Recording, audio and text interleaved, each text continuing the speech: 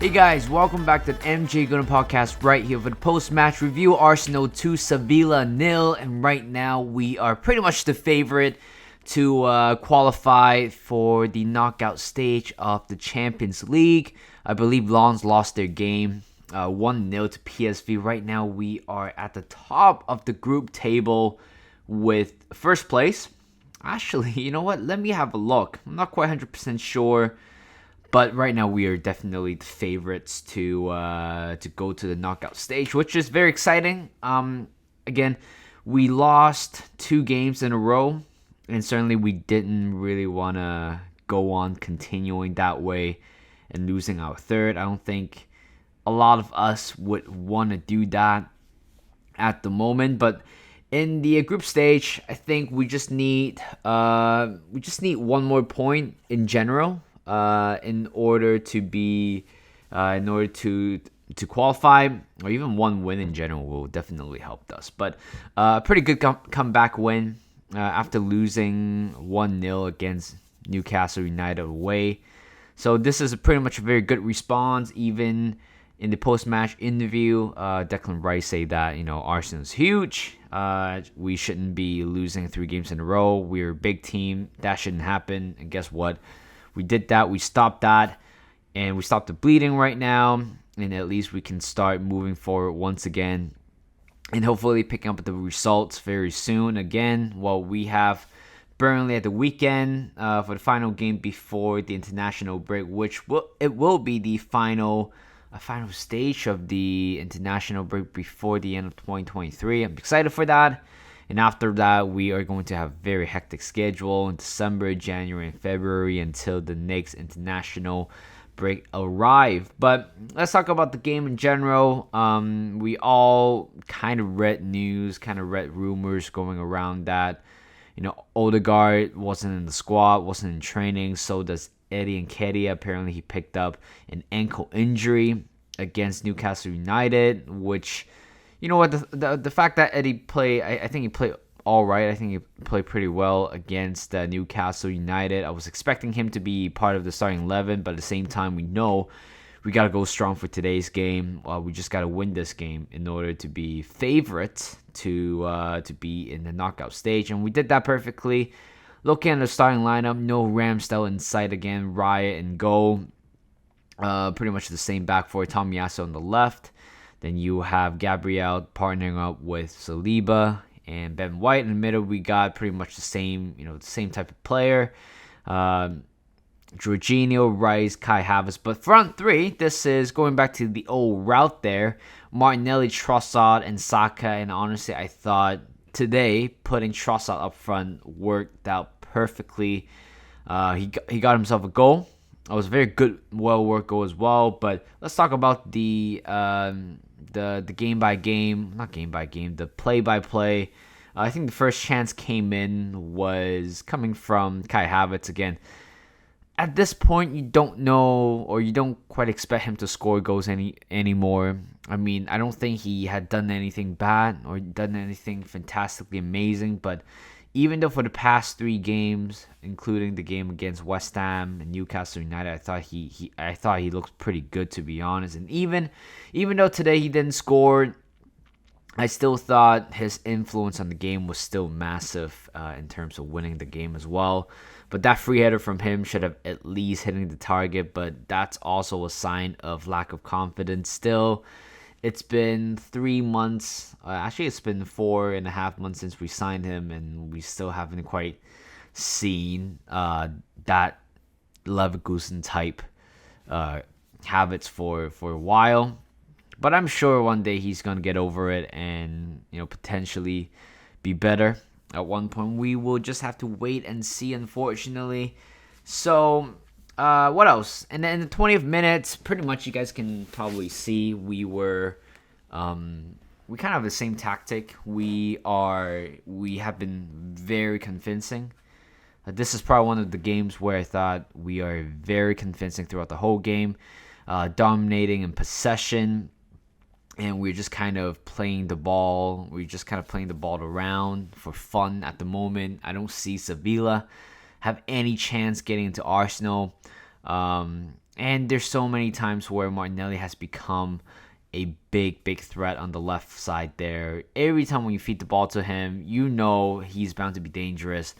But the only thing that's a little bit disappointing is that even though on the left side, he was able to drive down the line so many times freely. I think Juana, the right back of Sevilla wasn't having a good game against Martinelli. I think every time when Martinelli goes left, he would allow him to drive down the line so many times. But I think it's still quite disappointing where we just haven't quite scored any goals. In the 20th minute, at least that 5-minute span, I thought, Martinelli was such a great threat, and I hope somebody's going to arrive in the box and score.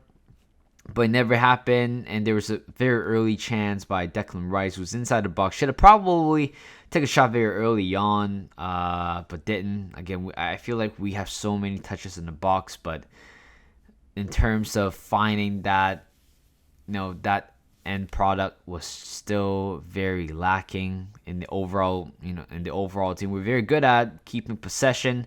Defensively, we've been really, really good. Saliba at this point was just unplayable. He's just so good right now. You just can't really go against this guy.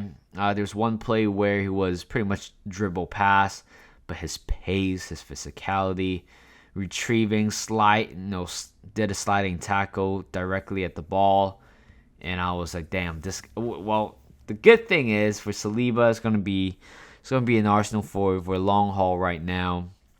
I don't think you will find a better center back right now in the Premier League. Next talking point was pretty much the first goal we scored. We've been doing that. We have been kind of passing the ball around for so long, and in the middle, finally it pays off. Jorginho, that ball from him was exquisite. That ball was really, really good. It was Ben White back to Jorginho, and Jorginho finding that little pocket of space between defenders and the defensive line. Saka was so sharp to the point where he knew where the ball was going to go. He knew where Jorginho was going to pass. Jorginho find that space. And I think, Jorginho was very good at keeping the ball in possession, controlling the game. But I think this season we actually kind of see more of Jorginho going for forward passes. And at the same time, it makes me realize, wow, he is 31, 32-year-old, but still able to produce this kind of a performance in the Champions League night was very valuable. And to be honest, I think since he joined Arsenal, I don't think he's done anything particularly wrong. Maybe except the era against Spurs, but that was about it. But other than that, I thought he was really, really good today's game. Saka lays it off to Trossard, and we scored. This is how easy to score a goal it can be. It was just a simple triangular play. Jorginho, Saka, and Trossard makes it 1-0. And I thought, you know what? It looks like we're able to control the game. But going to second half, I thought we need to find a second goal. So guess what? Turns out there's a substitution apparently. I thought it was a tactical change. The fact that Arsenal was so dominant in the possession, I thought Zinchenko could be a good. It could be a good game for him to be able to grasp the situation, and I think Zinchenko did a pretty good job today. It turns out Tom Yesu picked up a knock, and it was not a tactical substitution, but hopefully it's nothing too serious. And I just hope the players who got off today are able to survive, until the Burnley game. And I think it's the same old thing in the second half. We just didn't quite create a lot. There's a Kai Havertz chance, which I thought he scored. I thought he scored that one. He made the chance himself. He tried to curls that one to the far left corner, and it was just out wide. But I think Kai Havertz had a pretty good game as well. Later on, Martinelli getting the ball from the throw-in, a through ball to Saka, who cuts it in the middle, but that control from Saka and cuts in the middle as well and finessed that one to the bottom left corner. Was so good, that one. Again, like Martin, I think it was John Champion who was commentating the game. Like he said, it was an incredible path for Bukayo Saka, pretty much rising through the rank, and was asked to play a lot of different positions, starting a fullback, center mid, and somehow finding, a glory position for him as a right winger. And you know what, Saka, that finish was so good. We made it 2-0. It seems like Sevilla couldn't really find a chance or have any chances to at least make a comeback. And we controlled the game pretty well towards the end. I felt like it was a little bit sloppy in the end. I think that one particular through ball was through the channel of Saliba, which I thought he did that quite poorly. Thank God Ryan didn't rush out, because I feel like if he rushed out, I think it would have been a different outcome. But that is it. Some substitution coming on. I thought we might be seeing Dewberry and also Sago Jr. in today's game, but I thought in order to see them, we got to score a couple more goals. But we didn't. That's fine. It's good to see El Neni playing in the Champions League game again. Can you imagine? It's 2023. Mohamed El Neni is still in the team and playing for Arsenal, and he made an appearance today. And yeah, it was a very good game in general. Good day for as an Arsenal fan, especially seeing that downfall from United. I was really happy, to be honest, to humble them. They were 3-2 up, picked up a red card in the second half by Rashford, which I thought it was 50-50, that red card, but conceding 2 goals in the last 5 minutes for United was pretty much where I thought, you know what, everything just went so sweetly, so smoothly for all the neutral fans. And I don't know where they are right now in the league. I think they're at the dead bottom right now. I'm sure they're still able to qualify it if other results didn't go through. But we'll wait and see. Right now, it's all focusing on the last game before the international break against Burnley at home this time, which I hope that we're gonna, get a W and we're gonna move on. So thank you guys for listening. Hope you guys enjoyed this podcast.